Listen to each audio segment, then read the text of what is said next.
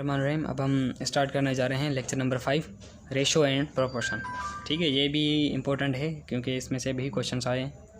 तो स्टार्ट करते हैं। रेशो किसे कहते हैं सबसे पहले, क्योंकि दो टर्म है ना हमारे पास, रेशो एंड प्रोपोर्शन। तो सबसे पहले हम आते हैं रेशो क्या है। Ratio is an order pair of numbers A and B, यानी इसमें क्या होंगे आपके पास दो या दो से ज़्यादा भी नंबर हो सकते हैं। उनका क्या होगा, एक ऑर्डर पेयर होगा, यानी हमने लिखा है ऑर्डर पेयर। यहाँ पे दो नंबर से हमारे पास ए एंड बी, उन दोनों का क्या होगा, रेशो होगा। रेशो बेसिकली हम कंपेरियन के लिए यूज़ करते हैं, दो चीज़ों को कंपेयर करते हैं कि ये उससे कितनी ज़्यादा है, किससे कितनी कम है। ठीक है, इतना ज़्यादा मतलब डिटेल में जाने की ज़रूरत नहीं है, सिंपल आपको मेथड आना चाहिए कि क्वेश्चन सॉल्व कैसे होते हैं। ठीक है, तो इसको रिप्रेजेंट करते हैं इन दो डॉट्स के साथ। ठीक है, ए रेशो बी पढ़ा कैसे जाएगा, ए रेशो बी। अब ए रेशो बी को आप ज़्यादा सिंप्लीफाई करके कैसे लिख सकते हैं, सिंपल इसका मतलब ये है कि ए डिवाइडेड बाय बी। ठीक है, ए रेशो बी को आप कैसे लिख सकते हैं, ए अपॉन बी। दूसरा हमारे पास आता है प्रोपोर्शन। प्रोपोर्शन का है क्या है proportion. A proportion is an equation in which two ratio are set equal to each other. यानी प्रोपोर्शन ज़्यादा कुछ होता नहीं है, इसमें क्या है कि दो रेशोज़ को क्या रखा जाता है, इक्वल रखा जाता है। यानी लेट सपोज़ कि हमारे पास ए रेशो बी है और सी रेशो डी है, तो इन दोनों को जब मैं इक्वल रखूँगा, यानी कि एक साइड पे मैंने क्या रख दिया, ए रेशो बी, दूसरी साइड पे मैंने क्या रख दिया, सी रेशो डी, और बीच में क्या है, इक्वल की निशानी है। तो इसका मतलब ये है कि ये क्या है, प्रोपोर्शन है। ठीक है, इसको कैसे लिखते हैं, ए रेशो बी प्रोपोर्शन सी रेशो डी। ठीक है, अब यहाँ पे ए और बी के स्पेशल नाम है और बी और सी का भी स्पेशल नाम है, यानी ए और डी का कोई स्पेशल नाम है और बी और सी का भी कोई स्पेशल नाम है।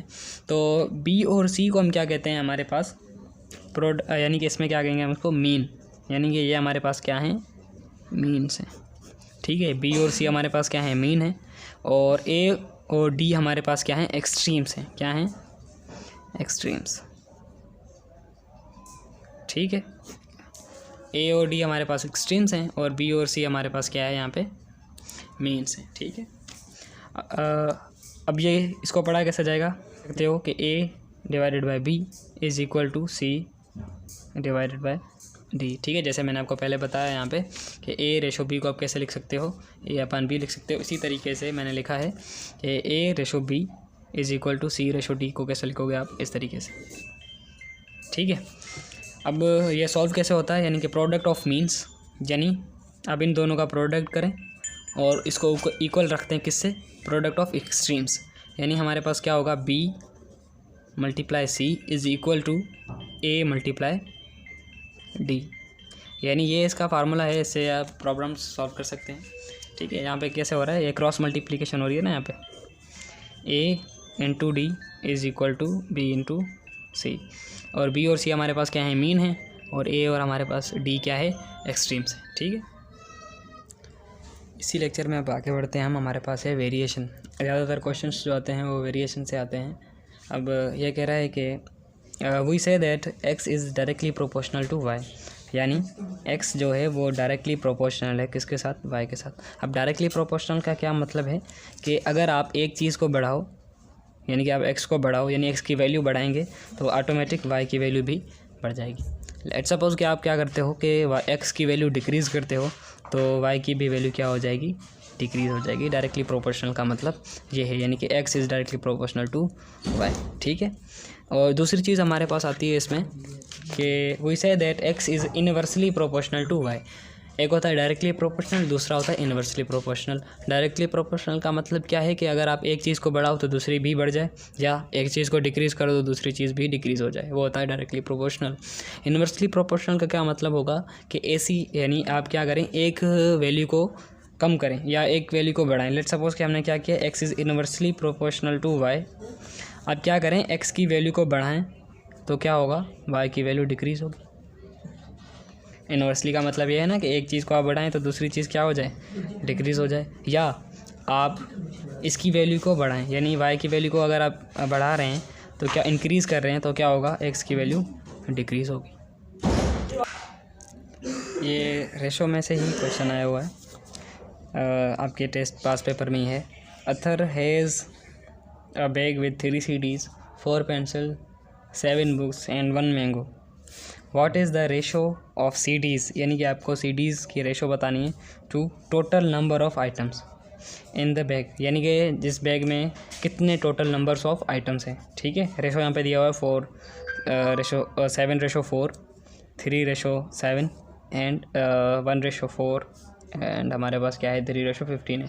यानी हमने रेशो बताना है किसका, CDs का रेशो बताना है with total number of items. अब देखो 3 CDs हैं और 4 पेंसिल्स हैं, दूसरा 7 बुक्स हैं और 1 मैंगो, यानी ये हमने टोटल आइटम्स निकाले ना। 4 और 3 कितने हो जाएंगे हमारे पास, ये हो जाएगा 7 में 7 ऐड कर देंगे, कितना हो जाएगा 14 और 1 कितना हो जाएगा 15। मतलब टोटल आइटम्स उसके बैग में कितने हैं 15 हैं। और कह रहा है कि CDs कितनी होंगी, इसमें CDs कितनी है हमारे पास 3 CDs है ना। CDs हमारे पास कितनी हैं, CDs हैं हमारे पास 3।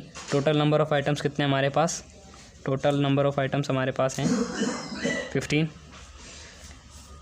CDs to total number of, ratio बताना है ना, ratio of CDs to total, CDs का टोटल रेशो बताना है। मतलब आपने 3, इसका क्या आंसर आएगा हमारे पास, यानी कि रेशो इसका क्या आएगा। रेशो का मतलब ये है कि 15 चीज़ों में से, यानी टोटल चीज़ें कितनी हैं 15, उनमें से CDs कितनी हैं 3, कितनी हैं 3 हैं। तो इनका रेशो कैसे लिखेंगे आप, 3:15।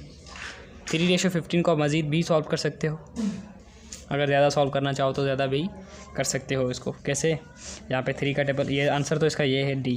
ठीक है, आप इसको कैसे सॉल्व कर सकते हैं, 3 का टेबल मज़ीद सिंप्लीफाई कर सकते हैं ना इसको। 3 का टेबल इसको 1 टाइम लग रहा है, इसको 5 टाइम लग रहा है। ठीक है, तो इसका 1:5 भी आंसर आ सकता है। लेकिन हमें क्या पूछा था, टोटल नंबर ऑफ़ आइटम्स, तो टोटल नंबर ऑफ़ आइटम्स हमारे पास 15 है और उनमें से CDs कितनी हैं 3, तो इसका आंसर क्या आएगा 3:15। बहुत ही सिंपल था। ये हमारे पास क्वेश्चन है कि find the value of third proportional if first, second and fourth proportional are, यानी कि आपने क्या करना है, थर्ड प्रोपोर्शनल फाइंड करना है। हमारे पास क्या था A:B और = C:D। ये आपके पास फर्स्ट प्रोपोर्शनल, ये सेकंड, ये थर्ड और ये फोर्थ प्रोपोर्शनल है। ठीक है, हमें क्या कहा है, हमें इन्होंने कहा है कि आपने क्या फाइंड करना है, थर्ड प्रोपोर्शनल फाइंड करना है, यानी आपने क्या फाइंड करना है, C की वैल्यू फाइंड करनी है। फर्स्ट हमें गिवन है, सेकंड भी हमें गिवन है और हमारे पास फोर्थ भी हमें गिवन है। इसका हमने फार्मूला पढ़ा था कि 2 मीन्स को आपने मल्टीप्लाई करना है, यानी कि BC मल्टीप्लाई BC = AD। ठीक है, आपने क्या फाइंड करना है, आपने C फाइंड करना है, तो C यहाँ पे रहेगा, AD, B यहाँ पे क्या कर रहा है, मल्टीप्लाई कर रहा है। इस तरफ अगर हम लेकर जाएँ किसको, B को लेकर जाएंगे इस तरफ, तो क्या होगा, ये डिवाइड करेगा, यानी कि C = AD/B। ये इसका बन गया फार्मूला। तो आप डायरेक्ट इसमें वैल्यूज़ पुट करें, C = AD/B। A हमारे पास क्या है, यानी फर्स्ट प्रोपोर्शनल 6, सेकंड यानी D है हमारे पास, D हमारे पास क्या होगा 54 और ये हमारे पास क्या है 18, P है तो हमारे पास ये हो जाएगा 18। इसको आप सिंप्लीफाई कर सकते हैं। 6 का टेबल अगर हम इसको लगाएं 1 टाइम और 18 को कितनी बार मरतबा लग सकता है, 18 को हमारे पास 3 मरतबा लग सकता है, यानी कि 54/3। ठीक है, अब इसको भी सॉल्व कर सकते हैं। 3 का टेबल इसको 1 टाइम लगेगा। 3 का टेबल अगर 5 को लगाओगे तो कितनी मरतबा लग सकता है, 1 मरतबा लगेगा, बाकी बचेंगे 2 यहाँ पे आ जाएगा 24 को कितनी मरतबा लगेगा 8 टाइम्स, यानी कि आ जाएगा 18। C = 18। ठीक है, नेक्स्ट भी उसी तरीके का क्वेश्चन है, लेकिन इसमें क्या कह रहे हैं, फाइंड दी फोर्थ प्रोपोर्शनल, यानी फोर्थ प्रोपोर्शन का क्या मतलब होगा कि आपने क्या फाइंड करना है इसमें, अब D फाइंड करना है। ठीक है, तो वही सेम इक्वेशन होगी यहाँ पे हमारे पास, B × C = A × D। अब आपने क्या फाइंड करना है, फोर्थ प्रोपोर्शन यानी D फाइंड करना है। तो A यहाँ पे क्या कर रहा है, मल्टीप्लाई, अगर आप इस तरफ लेकर आएंगे तो वो क्या करेगा, डिवाइड करेगा। तो B × C / A = D। ठीक है, आपको यहाँ पे A की वैल्यू गिवन है, यानी कि फर्स्ट, सेकंड और थर्ड। A की वैल्यू आपको गिवन है, यानी ये आपके पास क्या है, ये आपके पास A है, ये आपके पास B है और ये आपके पास C है। आपने D फाइंड करना है, तो D का फार्मूला हमने बना लिया पहले से ही। क्या है हमारे पास, D is equal to BC divided by A। Values put करें डायरेक्ट इसमें, तो B की वैल्यू हमारे पास है 4, C की वैल्यू है हमारे पास 2 और A की वैल्यू हमारे पास क्या है 8। ठीक है, तो 2 को 4 के साथ मल्टीप्लाई कर देंगे तो आ जाएगा 8 डिवाइडेड बाई 8 का टेबल 8 को 1 टाइम लगा, तो आंसर क्या आ जाएगा 1। इसका मतलब D इज़ इक्वल टू 1। ठीक है, बहुत ईजी था। इसी तरीके से क्वेश्चन आ सकते हैं, तो आपने इसी तरीके से ही सॉल्व करने हैं इनको।